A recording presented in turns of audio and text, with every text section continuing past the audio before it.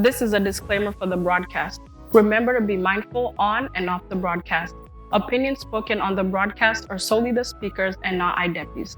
Sensitive topics may be covered on the broadcast, including, but not limited to, violence, abuse, suicide, and mental health. This broadcast is meant as a learning opportunity for everyone involved. Thank you, and please enjoy the broadcast.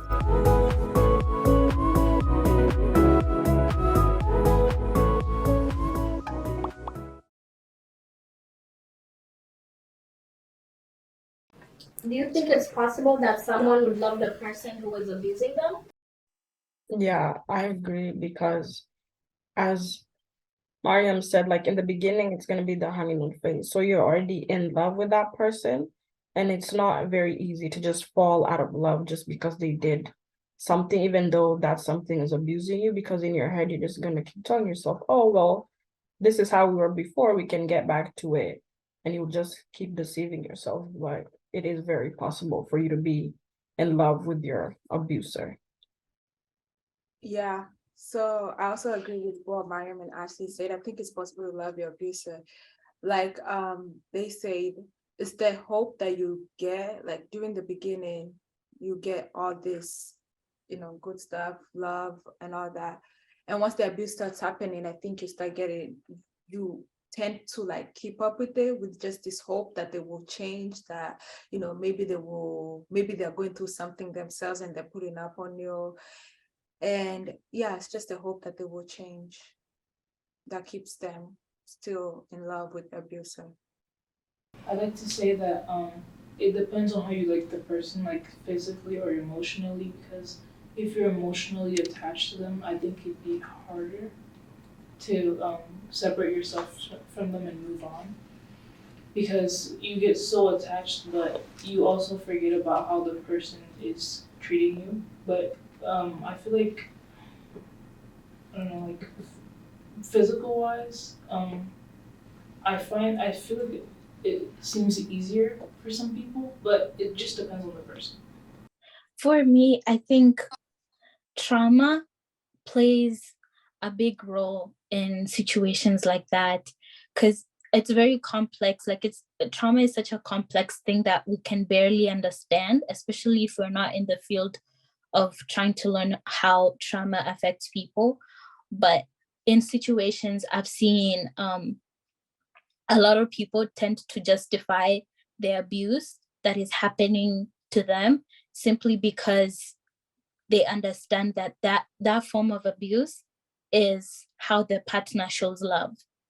And they themselves, like whether they grew up in a situation where domestic violence was a daily part of their lives, or like that new relationship has set a tone of domestic violence, they themselves believe that if their partner beats them, or if their partner like shows any sort of abuse, that is love, which is so wrong for them to think of it like that. But it's understandable that they think that because of trauma.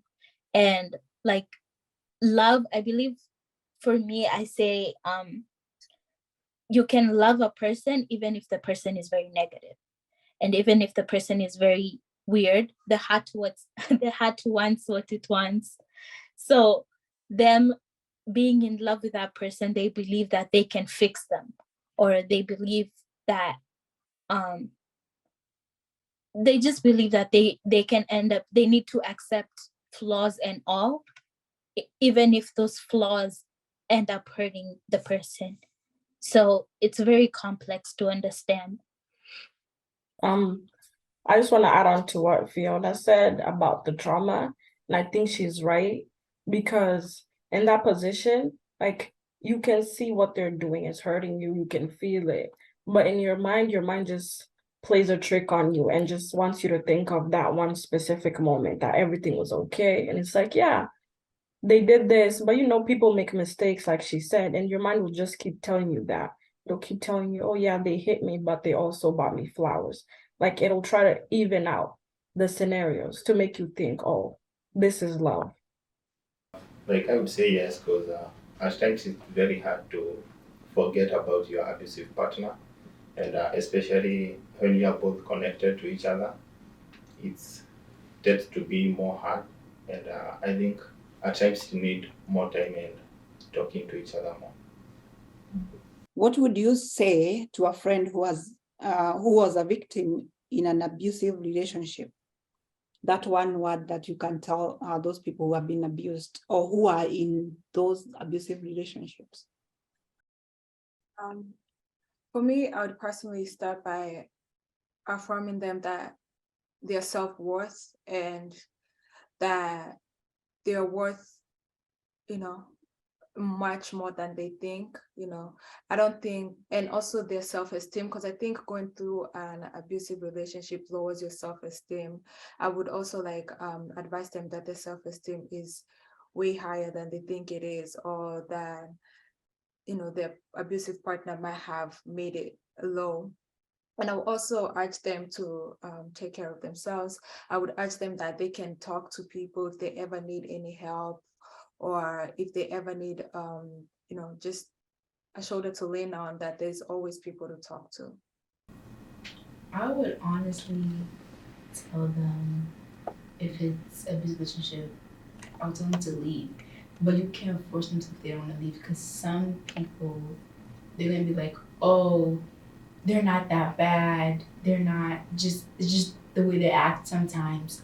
But the thing is, you can't force them to leave. So honestly, for me, I would tell them, hey, you gotta leave. This is not safe for you. You're being abused. But if you do want it, that's on your choice. I can't force you out of this, because we're both different people, and it would make me look, honestly, it would make me look like, oh, I don't like relationships. So basically, it depends on the person, on how they take it, on my advice and how they take it. I think what I would tell them is kind of not the most thought of way, but I think it can kind of snap people out of a hard situation that they're in. And it would be like telling them, imagine someone you care about in that situation, like the person you care about the most. Imagine them going through what you're going through, and then think to yourself, would you want that to happen to them? Like, why would you tell them to leave? And why would you tell them to leave? And why would you want them to stay? Because that's what you're doing to yourself. And I think that can kind of just snap them out of that situation. And it's like, yeah, you're right. Like, why would I wish good for others and not for myself? I would be mad at my friend, because they should have told me from the very beginning about what was going on. Because it'll be a lot easier to leave somebody at the beginning when it happened the first time than it is later on. Because as time goes on, you just keep getting what's it called, more used to the situation. Then that's not something you should be getting used to. That's something that you should put a stop to the moment it happens. And even if they're like, oh, it happened today, it would never happen again, everybody know that's a lie. And they should know that, because me or all my friends were smart enough to know better than that. We're smart enough to look out for ourselves, and they should also know that I will be there for them if they need me. So I'll be mad at them. Telling your friend or someone that you know to get out of the relationship will not be easy, because they'll just go right back. They won't understand. You have to let them take a break, kind of see what they're not seeing, and from that perspective, they'll be able to understand why to leave. Because I've seen people get out and they'll come back because they feel like they missed a person so much, but they're not realizing that that person is kind of mentally changing them. Like, they're making them see a different view of things, and they're making them feel like it's okay to be treated a certain way that they shouldn't be treated. Well, for me, I feel like I would understand the situation the person comes from, because things like that are very traumatic, for that person. And them not wanting to run away, or not wanting to go, not wanting to leave that situation, is because they don't have any hope. They feel like it's better for them to stay in that situation than go outside, because that is what they're familiar with. So what I would say, the one of the hardest thing for a person who is enduring domestic violence, one of the hardest thing is for them to actually admit that they're going through domestic violence. And the next step for them is trying to find a way out. And like for whatever reason it is they can run, like they run away from that situation. They have to be safe, because I know that in some situations you are afraid that they are gonna cut you and the abuse is gonna get worse, especially for people who even have kids. They're afraid that they know that they can run, but they're afraid that their kids are gonna stay in that situation. So they're like, okay, I better not like risk my children. So one thing I would say is just find the strength to run away from that situation, including the people that are there with you. Run with them, because it can be one of the hardest things that you do, but anything that comes afterwards, it's easier. It's gonna be easier. The hardest part for you is running away. And for IDEPI, we have multiple resources that can help you with that. We have different partnerships with organizations that deal with violence and deal with domestic violence abuse victims. So we can have the resources for you to move out of that situation. What are the 5 types of dating violence?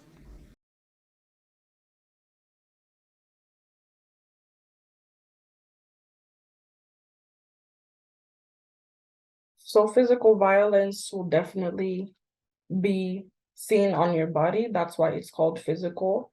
Like your hit, somebody pushes you and you fall, or they use objects just to inflict physical pain on your body. And I think that's where it starts.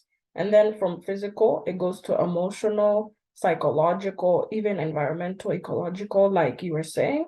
So I think like abuse does not only hit the skin, it hits deeper than the skin. It affects every single part of your life. And I think that's why there's the 5 different types of abuse, because it doesn't only hit one spot. Like you can even be emotionally abused first, like someone is just taking advantage of your kindness, and then slowly that can lead to all the other different types. Yeah, I think what you said about physical abuse is very correct. And also like with emotional abuse, where a person can undermine your self-worth, your self-esteem, you just don't feel useful anymore because of whatever abuse they're putting you through. So emotional abuse, psychological abuse is just like, mental abuse. Like you feel like there's no way you can come out of that abuse. And also, like you said, environmental, economic, where economic people are taking advantage of you financially in many other ways. I don't think financially is the only way that they can take advantage of you. So yeah, that's what I would say. I feel like physical abuse, like there's a lot of factors in it, like including hitting, slapping, kicking, strangling, restraining somebody, or even like invading someone's physical space, or making them feel physically unsafe. Those are all a part of it. So it's like a lot of things. It just depends on like what does not feel physically right to you. For sexual abuse, that include like inappropriate touching, or even like any type of touch that you don't feel comfortable with. You can tell them stop. If they keep going, that's all sexual abuse. Even like sending you pictures like that you didn't ask for, like inappropriate pictures, that's sexual abuse. Like there's just a long list, just depend on like what doesn't feel right to you, like I said. Just yeah. Even like the talk about like doing sexual stuff to you, that's included too. Can those things we see on social media, like people putting other nudes photos, do they go to sexual abuse? Yes, that is included, like putting those pictures, an inappropriate picture of somebody without their permission on social media, that is included. Taking a picture of somebody is included, or even sharing a picture of somebody that somebody sent to you, like trusting that or you would be the only one having access to that picture. If you share that, it's sexual abuse. Thank you so much for explaining that, because that is something I was looking for. So people should know that they can go to jail because of that. So it's so important when you get people's stuff, you need to keep it, secret. You don't have to put it on social media. So Fiona, do you have anything to add on that?